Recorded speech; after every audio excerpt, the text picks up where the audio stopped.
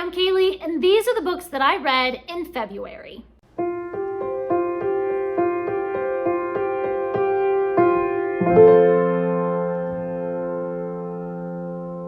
I read 31 books in February. I read 23 children's picture books. So, 31 books sounds like a lot, but it really wasn't, because 23 of those were children's picture books. I read 1 classic, 1 nonfiction, 1 graphic novel, and 5 just regular fiction. Although actually, one of those was an Agatha Christie, and I never know whether to put her in with classics, like a modern classic, I guess. So technically, I guess I read 2 classics because it's like one was a modern classic, whatever, it's fine. So the classic that I read was Emily Climbs, which is the 2nd book in the Emily trilogy by Ellen Montgomery.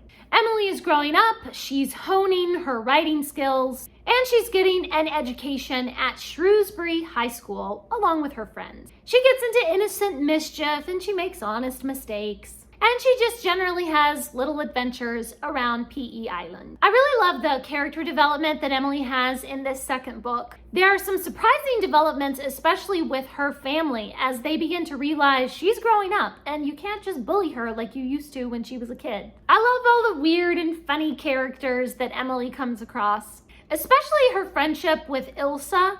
It is really blossoming and really growing in this book.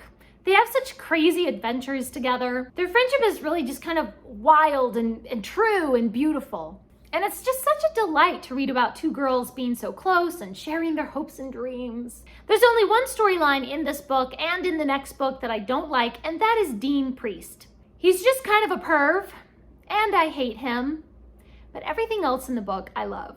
Even rereading this for the 12th or 13th time, I still enjoy it just as much as ever. And I read a Hercule Poirot novel from Agatha Christie. This one is The 3-Act Tragedy. A minister falls over dead at a cocktail party, apparently poisoned. However, there is no poison in his glass. The host of the party is determined to discover what happened, but everyone dismisses the idea that a kind minister could have been poisoned for no reason. Even Poirot finds it unlikely that the minister was actually poisoned. However, then there is a 2nd act which changes everything. Agatha Christie is just such a genius. I had no clue who the murderer was. I mean, there were so many red herrings that were each of them really plausible, and everybody, of course, was acting really suspiciously and hiding secrets, and I was completely flabbergasted. And yet, at the ending, it all fit together so perfectly. In retrospect, it all made sense, and every little detail in the plot came together for this really satisfying ending. My only complaint is that Poirot is actually in very few scenes. We mostly follow the host of the party, Sir Charles Cartwright. He starts recruiting other party guests to kind of join in his quest for the truth. And they start their own investigations and they go around questioning people. Now, eventually they start to report back to Poirot. So then Poirot comes into it more at the end. But even then, it still mostly focuses on other characters. I was really intrigued by the intricate relationships between all the different party guests. It was just so fascinating to see how they all interact and they're all kind of judging each other. But of course, no one can see all their motivations and everything as clearly as Poirot. He just sees right into the heart of each person and he knows their motivations and their abilities. The writing is so brilliant. Christie just paints a picture and puts the reader right into the scene. The book isn't even that long, but the story is so full and rich. I gave this one 5 stars. I read Icefall by Matthew J. Kirby. Solveig and her siblings have been sent to Solveig and her royal siblings have been sent to a frozen fjord up in the mountains where they will be safe during a Viking war between the clans. The winter cold freezes the sea, preventing anyone from getting in or out. However, there appears to be a traitor in their midst, but they are trapped until the spring thaw can bring help. I loved the thoughtful writing style in this book. The writing just brings these important details to the forefront. It really gives the characters a lot of depth and it enhances the setting. But it's so concise and powerful that it doesn't slow down the pacing of the plot. Solveig is a young girl who is just discovering her own abilities and strengths. She's been kind of overlooked and dismissed because she's not as beautiful as her older sister. But she begins to learn that there are other characteristics that are more important than beauty. I just loved her character growth. Oh my goodness, so wonderful. I really enjoyed the way that Solveig analyzes and questions the people around her as she's trying to figure out who the traitor is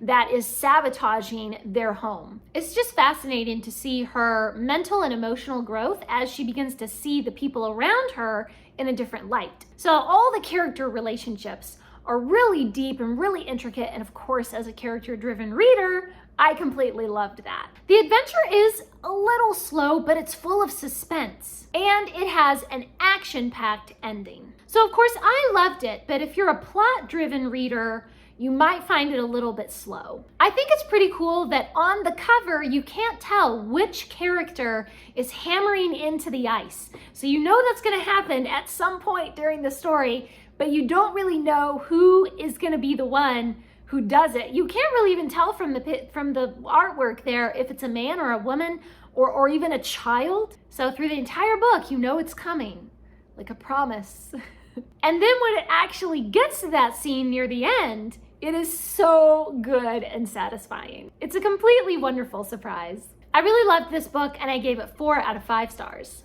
Now, all the rest of the books in this video from here on out are books that I received from a publisher in exchange for a free and honest review. I read the illustrated Boatman's Daughter. In 1860s Egypt, Salima, I'm really not sure how to accent that or how to pronounce it, but she is the boatman's daughter. She helps her father with his ferry boat business, but she dreams about traveling and getting more education. Hoping to make some money to pay for school, she applies for a clerk position with a company that is overseeing the construction of the Suez Canal. And she becomes entangled in the corruption and the danger as different factions from Europe and of course Egyptians try to seize control of the new canal. The writing style is really excellent. It made me care deeply about the characters. The plot was exciting, the adventure was interesting. I really liked the various art styles of the different illustrations because they're all done by different artists. And I loved the beautiful Egyptian setting and the culture. And of course, the really fascinating history about the construction of the Suez Canal. I loved that Salima is a fierce and strong character. She has a lot of integrity and compassion. However, all those things that I loved, then towards the end of the book, I felt like the characters were acting out of character. Our main character especially started to act really differently towards the end. Whereas before I had really admired her honor and her integrity and her compassion for other people, towards the end she started to act really violent and she started to try to get vengeance on characters that had wronged her in the past. I felt like a lot of her actions at the end were very immoral. It's like she was the good guy and then suddenly she turned into an evil villain who just wants violence and vengeance. I didn't like the violence at the end. It got really kind of dark and brutal and it just didn't fit with the rest of the tone of the story that came before that. And the problem is, I'm a character-driven reader. I really cared about those characters. And then when I saw them acting in this immoral way, I felt betrayed. Other readers might read this and feel that they were justified in their actions, but I felt like it was really immoral. I have my own moral beliefs about what is right and wrong, and this book just did not align with my philosophies. And that is why I gave this book a 2-star rating, meaning it was okay. There were so many things that I enjoyed in this book. I got really attached to the characters, but ultimately that ending, I just couldn't stomach it. I also tried to read Lycanthropy and Other Chronic Illnesses. This is by Kristen O'Neill. Priya has Lyme disease and she wakes up every morning just with pain and fatigue. So she joins a support group online with other people who are suffering with chronic illnesses, and she discovers that her best friend might possibly be a werewolf. So I only read to page 50 because that's my rule, is if I'm not enjoying a book, I read at least to page 50 and then I let myself DNF it. So I feel like I gave it a chance. And in those first 50 pages, nothing happens at all.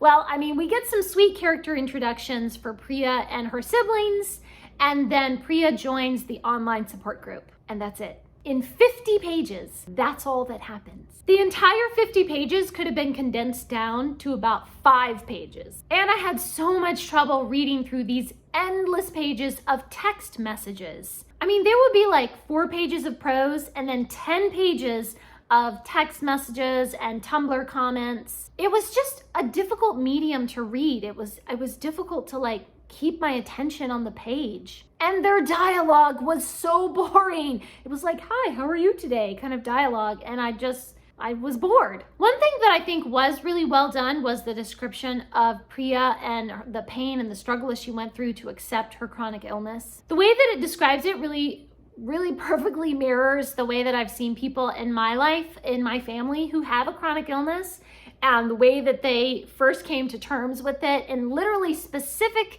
things that Priya says or does. I'm like, oh my God, that's exactly what I have observed in people that I care about who have a chronic illness. It's just too bad that the rest of the book couldn't have that kind of thoughtfulness and insight. I was also disappointed to see that there is some profanity sprinkled around in the text. It did not seem to me like it fit with the mood of the story, and it was completely unnecessary. And that is why I only gave this 1 star, and I DNF'd it after 50 pages. Not for me.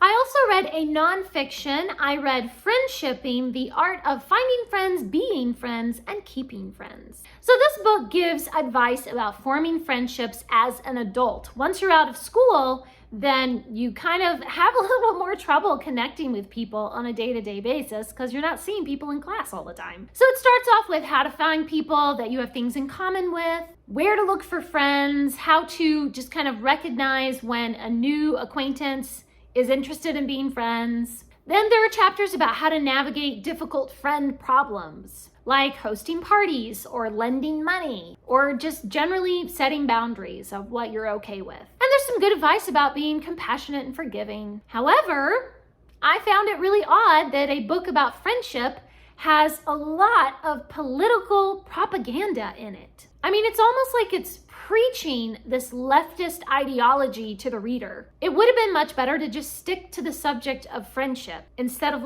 forcing this political agenda into the book. There's also some profanity in this book that was completely unnecessary. I ended up giving it 3 stars. I read the second book in the Zeus the Mighty series. It's The Maze of the Menacing Minotaur. Zeus is a hamster who rules over the Olympian gods, who are pets in an animal shop. So all these pets assist Zeus the hamster as he investigates the maze below where the evil Minotaur is making all of Olympus too hot. But it is Poseidon, the ruler of the underwater kingdom of fish tanks, who holds the key to defeating the Minotaur. I really loved this second book in the series. It's so funny and imaginative, and I love the way that it takes those ancient Greek myths and kind of redoes them for a younger generation. It's just so fun to see how they interpret these ancient legends and ancient magical objects that you would see in the old Greek tales, and they reimagine it for animals. For instance, Athena uses one of those robot vacuums as the Argo, as a ship to get around. Athena is a cat, and she sits on top of the robot vacuum, and that is her ship. That's the Argo. It's hilarious, it's interesting, it's so much fun. This book has some great twists and turns that'll keep the reader's interest, and of course some lovely character development for Zeus and all his friends. I gave this book 4 stars. I also read a graphic novel, Flash Facts. The Flash and other superheroes answer questions about technology and science and the solar system and the universe. They explore atoms and virtual reality technology and how energy is made. They talk about DNA, and they even explore the depths of the ocean. So each chapter showcases a different superhero as they explain some kind of scientific concept to us. Each chapter has a different, unique art style. The colors are bright and attractive. Each panel has a lot of energy. However, one thing that I really hate in scientific books is when they present a scientific theory as if it's a fact. especially when you're presenting to children. It seems like you need to make it clear. You need to say scientists believe that this and this, not say it just is this, because there is no empirical evidence to prove that. It really gets on my nerves. It's dishonest when you talk about a scientific theory and you present it as if it was really true, as if it was really proven, and it's not. I just feel like it's really terrible. They're misleading children, and they're not teaching children to think correctly about different scientific ideas. So because of that, I ended up giving it 3 stars. I liked all the superhero stuff and the adventures and everything, but I felt like the scientific information wasn't presented in a correct way.